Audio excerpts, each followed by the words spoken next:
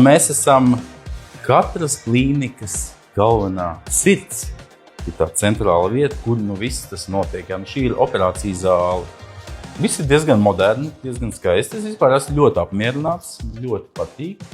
Tā arī tiek veikts bariatriskās operācijas, līdz ar to ir nepieciešamie monitori. Te ir anesteziologu, miedziņu dakteru gals.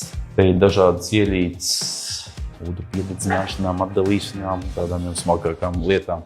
Tā kā viss notiek šeit. Tādas vidas šajā klīnikā ir 3 veselas. Jā. Kas man patīk, kad nekad tu neesi viens.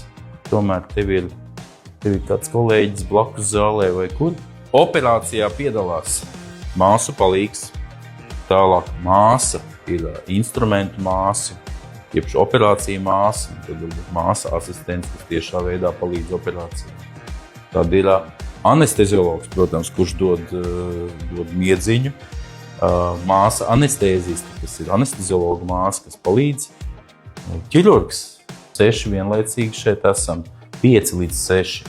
Jo principā tāds pats aktīvais laiks, kad ir tiešām arī vislielākā